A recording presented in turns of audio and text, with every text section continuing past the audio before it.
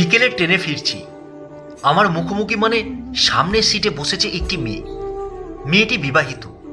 মেয়েটির পাশে যে ছেলেটি বসে আছে সেই ছেলেটি মেয়েটিকে নানান পরামর্শ দিচ্ছে। ছেলেটির কথাগুলো মন দিয়ে কান খাড়া করে শুনছেন এক কাকিমা।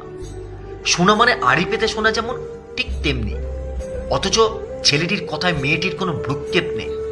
এমন ভাবখানা দেখাচ্ছে ওই যে একটা প্রবাদ আছে, পাগলে কিনা বলে ছাগলে কিনা খায়। তবে আমার লক্ষ্য ওই মধ্যবয়স্কা কাকিমার দিকে, কারণ ছেলেটির কথা শুনে কাকিমার মুখের মধ্যে রেখেছে বিরক্তির ছাপ। কথা বলতে বলতে ছেলেটি হাসতে হাসতেই মেয়েটিকে বলে উঠল, আচ্ছা শোভনা, তুই তো শাশুড়ির সাথে আছিস কিভাবে? ওই মহিলা খুব একটা সুবিধার না। এক কাজ কর, তুই ওই বাড়ি ছেড়ে আমার কাছে চলে আয়। দুজনে একসাথে থাকবো, সপ্তাহে একদিন মুভি দেখতে যাব, ছুটির দিনে তোকে চিকেন বানিয়ে খাওয়াবো।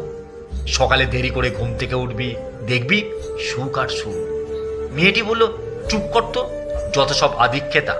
তোর কাছে কেন থাকতে যাব? আমি যেখানে আছি ভালো আছি। শাশুড়ির মুখ ঝামটা খেয়ে তো থাকিস, তারপরেও ভালো আছিস? ভালো কথা বলছি, আমার কাছে চলে আয়। মেয়েটি আর উত্তর দিল না। মোবাইলে কী সব দেখেই চলেছে তখন। এবার মুখ খুলল কাকিমা। ছেলেটিকে বলে উঠল, এই যে ছেলে, অনেকক্ষণ ধরেই আমি শুনছি সব। তোমাকে দেখে তো ভদ্রসভ্য বলেই মনে হচ্ছিল। তুমি অন্যের বউকে ভাগানোর ধান্দায় আছো। তোমাদের জন্যই জানো তো সংসার ভাঙে। আইবুড়ো মেয়ে কি তোমার কপালে জোটে না?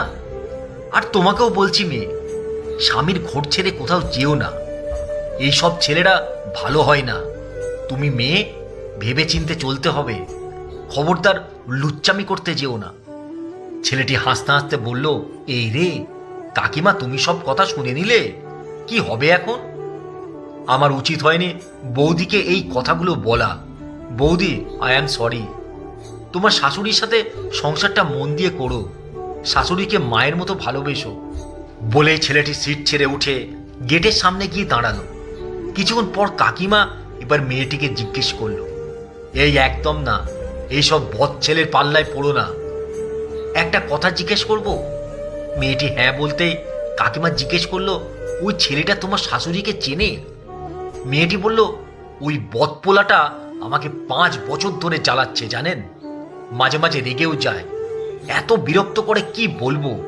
আমার শাশুড়ির নিপাট ভালো মানুষ, আমাকে খুব ভালোবাসে। সেই ভালো মানুষটার একমাত্র পোলা হলো এই বদের হাড্ডিটা। ব্যাঙ্গালোরে জব করে, ছুটিতে বাড়িতে এসেছে, আমাকে নিয়ে যেতে চায়। কলকাতা ছেড়ে আমার কোথাও ভালো লাগে না। ট্রান্সফারের চেষ্টা করছে, দেখা যাক কবে আসতে পারে। কিছু মনে করবেন না কাকিমা, ও এমনই। কাকিমার মুখে তখন একগাল হাসি। এই রে, দেখেছো, পোলাটা তো খুব বদ। ভালো থেকো এমন বদ পোলাটাকে নিয়েই।